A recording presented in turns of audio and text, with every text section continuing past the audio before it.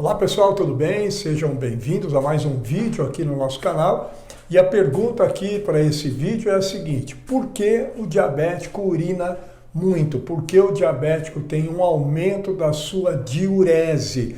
E por que esse se configura, portanto, como um sintoma primário do diabetes e de um nível maior de descompensação glicêmica no paciente diabético?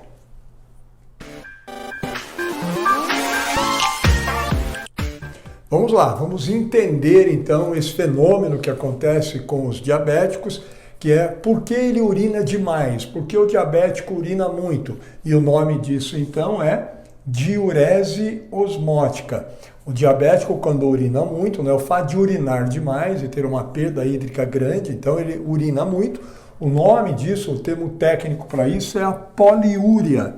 Então ele urina em excesso, poliúria. E além de urinar em excesso, então de ter uma poliúria, esse aqui é um sintoma clássico, típico, primário do diabetes, seja tipo 1 ou tipo 2. Quanto maior for o nível de descompensação glicêmica do paciente, maior vai ser a sua diurese, ele vai urinar mais, então ele terá um quadro de poliúria, irá urinar em excesso. E também, além de urinar demais, o que aparece na urina, e nós vamos entender isso agora, na urina do diabético, que não tem na urina do não diabético, é um quadro também aqui de glicosúria, ou seja, lá na urina tem glicose. Então ele tem poliúria, urinar em excesso, e glicosúria, que é a presença de glicose na urina, coisa que é absolutamente inexistente nos indivíduos não diabéticos. Vamos entender isso então. Por que da poliúria e por que da glicosúria no paciente diabético? E isso para a gente é um entendimento do que nós denominamos de diurese osmótica. Então olha só, todos nós sabemos que o papel dos rins é fazer a filtração do sangue. Aí o sangue, quando está chegando lá nos rins, esse sangue é então filtrado e aqui então o sangue vai lá para os rins. E aí imagina que estamos aqui já nos túbulos renais distais. Lá nos túbulos renais distais é onde efetivamente, entre aspas, aí se define, se decide aquilo que será mantido no organismo e aquilo que será excretado na urina. Aquilo que será mantido no organismo é o que nós denominamos, que veio aqui, o sangue, o plasma foi filtrado, e no nosso caso aqui esse plasma, o sangue que é filtrado, vem também filtrado com ele a glicose. Então essa glicose também é filtrada junto com o sangue lá nos rins e chega lá nos túbulos renais distais. Aqui, nos túbulos renais distais, nós temos transportadores de glicose. São as proteínas SGLT, que essas proteínas transportadoras, transportam em conjunto, e a gente chama isso de cotransporte, transportam sódio e glicose de volta. Então toda a glicose que estava lá nos rins e volta para o leque, isso aqui é leque, ela estará sendo o quê? Reabsorvida. Atenção agora, em condições normais de concentração de glicose sanguínea, toda a glicose que é filtrada, quando chega lá nos túbulos renais distais, passando por aqui, os transportadores de glicose que tem aqui, que também são da família GLUT, esses transportadores captam todas essas glicoses e devolvem essas glicoses todas para o leque. Portanto, fazem a reabsorção da glicose. E, consequentemente, daqui para baixo, a partir dos túbulos renais distais, é o que vai definir, então, o que será excretado na urina e não vai ter glicose sobrando nos túbulos renais distais, ao ponto de aparecer glicose na urina do paciente diabético, do indivíduo não diabético. Beleza? Então, tudo que tem de glicose que é filtrada lá nos rins, quando chega lá nos túbulos renais distais, essa glicose que foi filtrada, ela é totalmente e completamente reabsorvida. Volta para o leque. Agora, quando o indivíduo está numa condição de hiperglicemia, e eu vou dar uma exagerada aqui, a quantidade de glicose que é filtrada está numa concentração, a glicose altíssima. Esses transportadores de glicose que tem aqui essas GLUT específicas que tem aqui, elas têm uma taxa máxima de transporte. Imagine isso como se elas tivessem um tempo entre atrair a glicose junto com o sódio, tem uma mudança na sua conformação, libera a glicose para o outro lado, aí capta outra. Elas têm um tempo de trabalho, um ritmo de trabalho, que é a denominada taxa máxima de transporte. Quando nós estamos numa condição de hiperglicemia, e isso normalmente, o que eu vou mostrar aqui, começa a acontecer com valores de glicemia em torno de 150 a 160 miligramas por decilitro de sangue. Dá uma olhada em todos os demais vídeos nossos aí sobre a glicemia, o que é normal, o quadro de diabetes, diabetes tipo 1, tipo 2, temos N vídeos aqui. E aí então nós temos o seguinte, com valores de glicemia em torno disso, 150, 160 miligramas por decilitro de sangue, alguma coisa da glicose é captada de volta, o transportador capta e devolve aqui para o leque, mas às vezes enquanto o transportador está pegando uma glicose e devolvendo aqui para o leque, reabsorvendo, uma outra já passou, porque a concentração é muito alta. Então ele não consegue, com a taxa de transporte, os transportadores não dão conta de transportar de volta para o leque, de reabsorver todas as glicoses que passam por aqui, nos túbulos renais distais. Atenção agora, de tal forma que começa a sobrar glicose nos túbulos renais distais.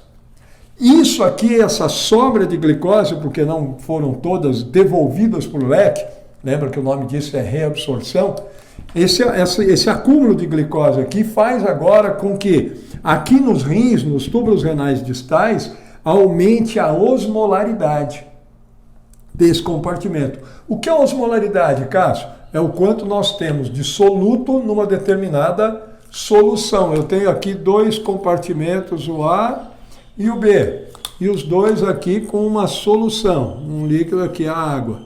E aí o quanto eu tenho de soluto em cada um deles. Aqui eu tenho tudo isso de soluto, por exemplo, o sódio ou a glicose.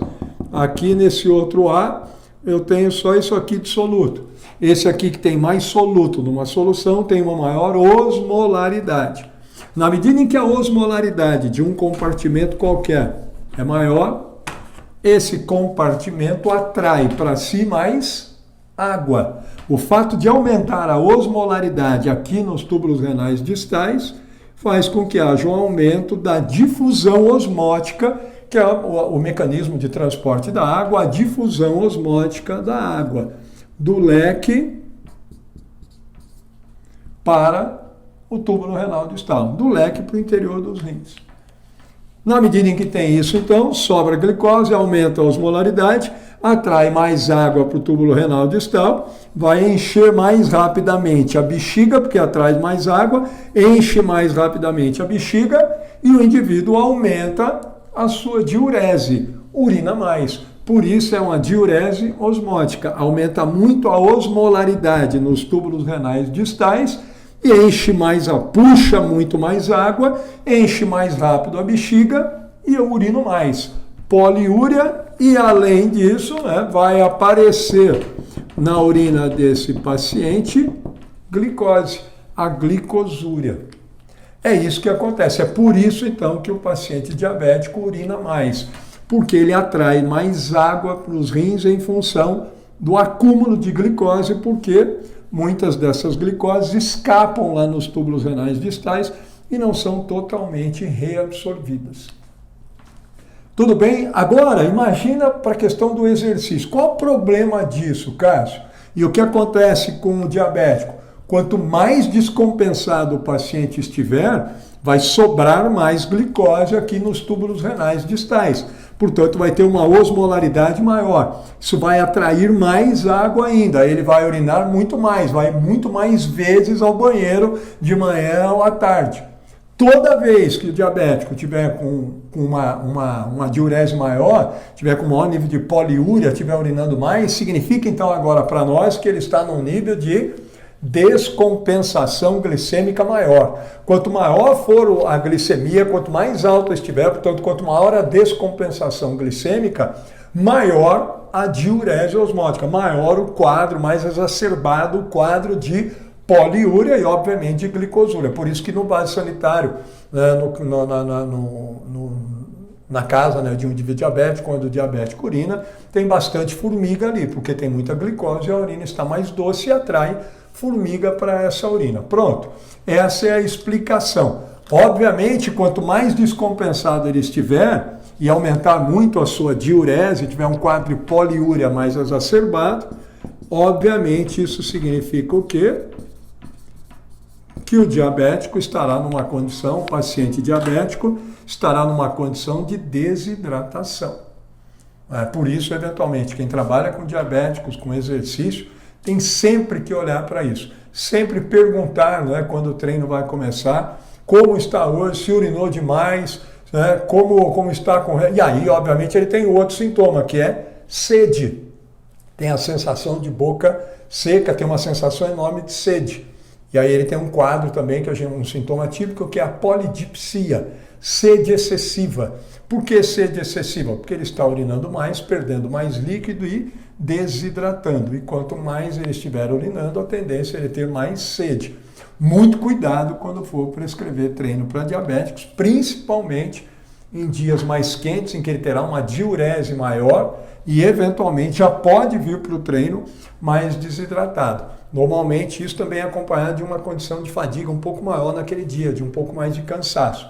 Perguntem sempre para o paciente diabético como está em relação à diurese no dia a dia, né? Se urinou mais ou menos, e mostre para ele a relação disso com o seu nível de descompensação glicêmica. Obviamente que se a gente monitora a glicemia antes dele iniciar o treino, nós aqui monitoramos sempre até ele mostrar que já tem um controle mais pleno. Quanto mais alta estiver num dia qualquer, a tendência naquele dia ele estar com maior nível de diurese osmótica, com maior poliúria e com maior nível de desidratação. Você tem que tomar todo esse conjunto de cuidados para poder pensar a melhor forma de conduzir a melhor estratégia, o melhor perfil da carga geral de treino nesse dia para um paciente diabético. E cuidar com todos eles demais da reidratação durante o treino, após o treino, justamente por conta do que tem a ver, né, com esse quadro, né, a condição clínica do diabetes. E óbvio, aqueles pacientes ainda mais descompensados, com menor nível de controle glicêmico, são no dia a dia aqueles que estarão mais propensos a chegar para treinar com maior nível de desidratação. Com esses, vale muito a pena você ter um cuidado a mais especial e sempre perguntar e investigar bastante antes do treino as condições do dia para que não haja nenhum tipo de problema em relação ao treino em função de uma eventual desidratação e um mau nível de reidratação durante a própria sessão de treino. Maravilha? Então tá aí, né, explicado de onde vem essa diurese osmótica, o que é isso, né, a poliúria e a glicosúria no paciente diabético e a relação de ambos, né, com o nível de descompensação glicêmica. Espero que você tenha gostado, que tenha auxiliado a entender mais sobre a doença e sobre algumas condições de pacientes de vocês. Deixa aqui a sua curtida, se inscreva no nosso canal, indique esse vídeo para os colegas de vocês e espero reencontrá-los aí nos demais vídeos aqui no nosso canal. Muito obrigado, pessoal.